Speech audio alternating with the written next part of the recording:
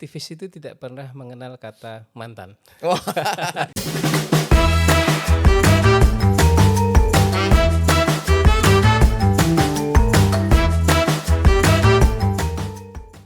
ini panggilannya Mas, Coach atau apa ini? Atau Om? Mana yang lebih nyaman untuk digunakan? Oh, Feel free, bebas. sosok Mas Ikhwan ini lebih dekat biar lebih familiar begitu ya Mas. Oke, ya, ya. Lebih bisa dekat dengan siapapun begitu ya.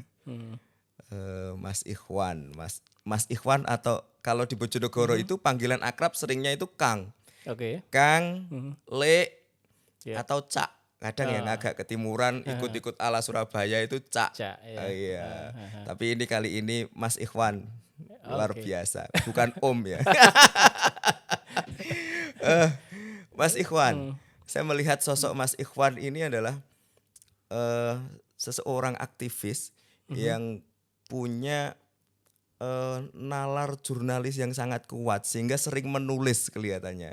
Saya nggak tahu ini ke idenya apa. Setiap momentum, hampir di setiap momentum itu mengeluarkan tulisan-tulisan yang sangat menarik untuk dibaca. Banyak media, bahkan media nasional, Detik dan sebagainya, itu banyak sekali memuat tulisan Mas Ikhwan. Ini apa nih? Bisa diceritakan berbagi kepada kita-kita ini, Mas? Ya pertama tentunya terima kasih nih sudah diundang di acara yang luar biasa ini ya. Dahsyat. Podcast Ademos ya. Ya ini juga bagian dari mentransformasi gagasan dan memang semacam ini perlu untuk dikembangkan ya, perlu karena semakin banyak media untuk menaburkan gagasan-gagasan yang produktif akan semakin bisa mengakselerasi kemajuan dari masyarakat kita. Nah, pada soal tulisan tadi, ya itu berangkat dari satu kegelisahan terhadap realitas sosial, kegelisahan terhadap fenomena yang berkembang gitu, dan itu memang sudah aku lakukan sejak lama ya, sejak sekolah, mahasiswa gitu, didorong oleh satu yang kita lakukan, pengalaman realitas hidup di sekeliling kita, baik itu kemudian di skala nasional ataupun di daerah gitu. Nah, salah satu hal untuk kemudian bisa berkontribusi itu ya melalui media tulisan tersebut, gagasan-gagasan kita sebarkan, kita transformasikan, kita komunikasikan melalui tulisan-tulisan di berbagai media massa.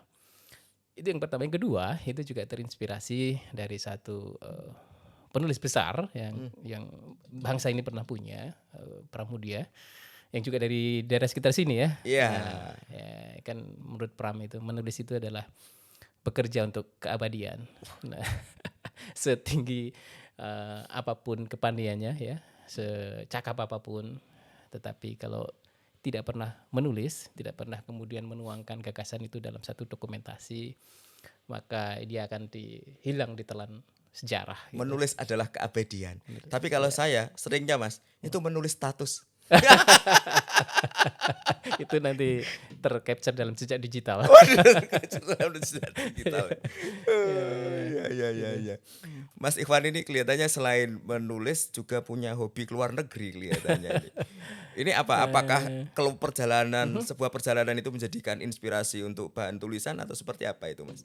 Iya, kadang memang ada perjalanan yang karena tuntutan pekerjaan, tapi ada juga yang ya memang bagian dari cara untuk memperkaya pengetahuan kita, memperkaya pengalaman kita. Karena disitulah kita punya ruang untuk berinteraksi secara langsung dengan orang yang berbeda, culture berbeda, mungkin gaya hidup berbeda dengan ya macam-macam lah, banyak perbedaan. Jadi dari situ kita bisa belajar banyak hal gitu ya. Dan memang karena itu ketika misalkan jalan sendiri ya, saya nggak pernah untuk pakai semacam travel arrangement, ya jalan-jalan aja sendiri gitu. Jadi nggak kemudian harus paket kemana gitu. Atau itu karena sudah wisata pernah kemana saja gitu itu Mas? Kan. Sementara ini? Ya di beberapa negara Eropa, kemudian Amerika ya. Misalkan kalau di Eropa ya ke Ceko, ke Hongaria, Austria, dan beberapa negara Eropa Timur gitu ya. Dan kalau di Amerika ya terakhir kemarin saya Desember itu ke ke New York, ke Washington DC. Desember 2021 Desember ini. 2021 pas musim dingin di sana. Oh, dan musim pandemi masih yang Iya. Tapi di sana kelihatannya lebih bebas rasanya lebih maksudnya. bebas. Tidak Tidak ada PPKM. tidak ada PPKM, tidak ada karantina gitu. Nah, itu bisa menginspirasi sebuah gagasan. Jadi ketika di DC, ketika di Washington DC itu saya menulis tentang belajar dari Washington DC. Itu kalau nggak salah dimuat di seputar Indonesia, Sindo News ya. Kemudian juga itu ada 2 tulisan bahkan yang terinspirasi dari perjalanan di DC. Perjalanan di DC. Kemudian juga dari situ sempat ke Pittsburgh. Pittsburgh itu bagian dari Pennsylvania.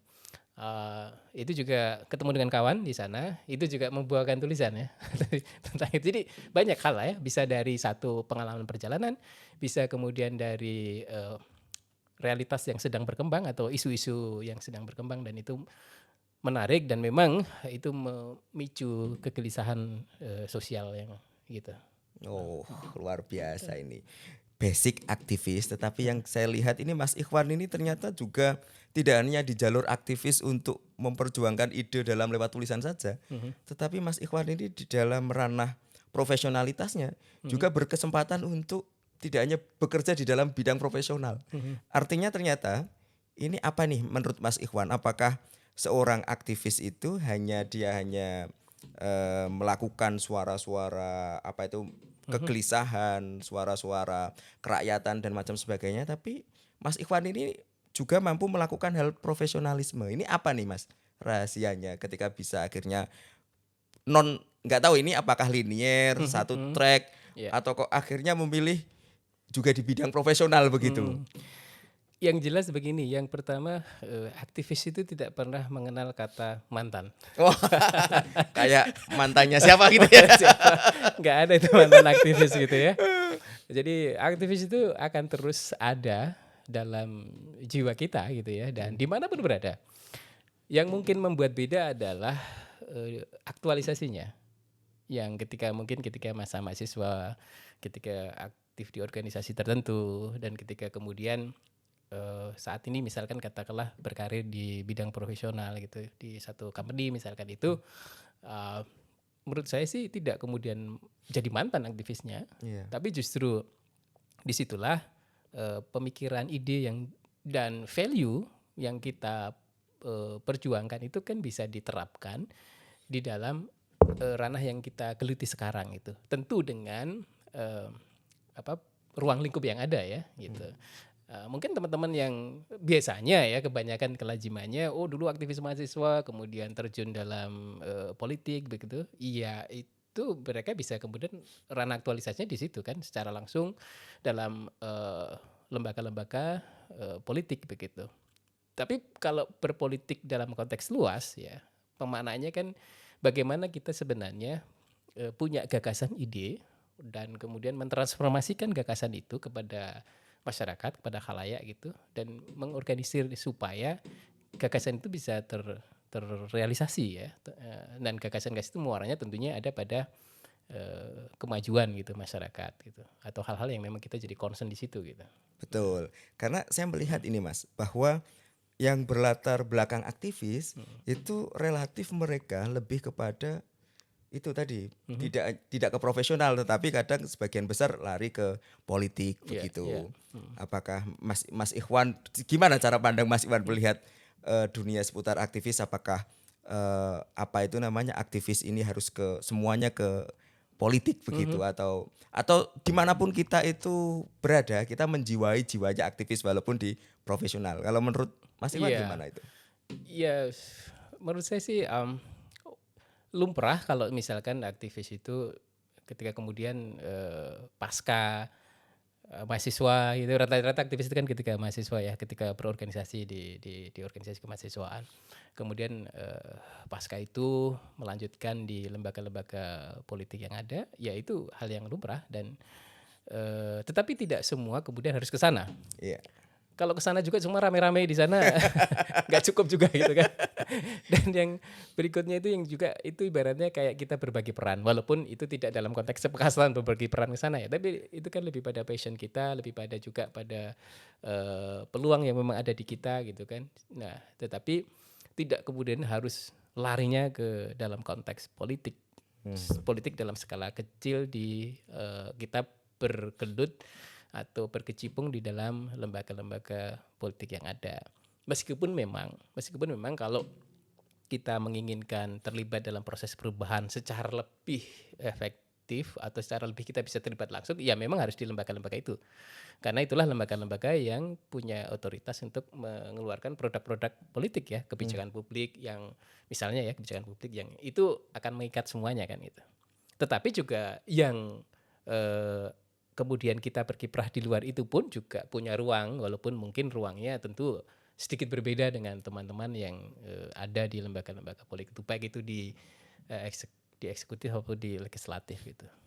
Iya, ini menarik Mas Ikhwan bisa menjadi sosok inspirasi bagi kami para aktivis desa yang mana aktivis ketika dia habis menjadi aktivis itu tidak lantas hanya ke satu jalur yaitu politik, tetapi juga ada ruang profesionalis yang itu bisa nantinya betul-betul apa ya, kita juga bisa menjadi bagian alur dari idealisme tetapi ranahnya mungkin di lingkup profesional begitu. Iya. Tapi nggak tahu itu kesulitan atau tidak Mas antara antara profesional dan menjadi ideal begitu. Iya. Ya selama ini sih menurut aku tidak terlalu ini ya, artinya yang bagaimana kemudian sekecil apapun, tentu misalkan begini, sekecil apapun kewenangan yang kita miliki dan yang menjadi dasar dari semangat bekerja itu kan tidak sekedar check the box gitu kan, oh ya udah ini tugasnya memang begini gitu kan, sesuai dengan skop-skopnya yang ada ditentukan oleh perusahaan begitu kan, tetapi dengan mandat, dengan kepercayaan yang diberikan oleh satu perusahaan pada seseorang yang ada di situ, itu digunakan untuk ya sebaik-baiknya dan ada ruang yang untuk kemanfaatan publik kalau itu bergerak di bidang publik kan, itu di situ. Atau kalau memang itu katakanlah kita menjalankan, kalau kita berbisnis misalkan, menjalankan bisnis sesuai dengan regulasi yang ada gitu kan, itu juga sudah menjadi bagian dari implementasi nilai-nilai yang dulu diperjuangkan kan begitu. Oke. Tapi by the way ini juga aktif, saya tidak menyebut diri aktivis ya itu. Itu kan sematan orang terhadap teman-teman atau kita yang bergiat aktif di dalam aktivitas gitu. Oke, menarik ini Mas Ikhwan. Jadi Mas Ikhwan mungkin punya gagasan untuk teman-teman hari ini pegiat atau aktivis yang anak-anak era sekarang, mungkin ada masukan atau berbagi ide? Ya sekarang ini kan dengan kemajuan kemajuan teknologi komunikasi ya kan, ini kan salah satu hal yang luar biasa dampaknya gitu ya, artinya dibanding ketika masa dulu ya. Sekarang ini kita dengan fasilitas yang ada itu memudahkan untuk berkomunikasi, memudahkan untuk berinteraksi, memudahkan juga untuk mentransformasi pemikiran, ide, gagasan kita juga gitu. Nah ini kan ruang yang sangat terbuka gitu. Nah tinggal bagaimana kita bisa mengoptimalkan itu kan, dengan fasilitas, dengan ruangan, dengan kemajuan yang kita nikmati itu ya. Nah yang sekian tahun generasi yang lalu nggak bisa dapat kayak gini nih gitu kan, Secepat ini gitu. Nah inilah satu, tinggal di kita kan bagaimana mengoptimalkan itu gitu loh. Iya. Saya pikir kalau untuk value prinsip nggak berubah gitu kan, nilai-nilai yang kita perjuangkan misalkan ketika dulu zamannya masih aktif di organisasi mahasiswa itu. Nah tinggal tadi bagaimana mengimplementasikan dan mentransformasikan gagasan itu. Oke, terima kasih Mas Ikhwan atas sharingnya pada kesempatan kali ini. Iya. Semoga kita bisa ngobrol-ngobrol di lain waktu kembali dengan tema-tema yang berbeda. Oke siap. Terima kasih. Menarik gitu.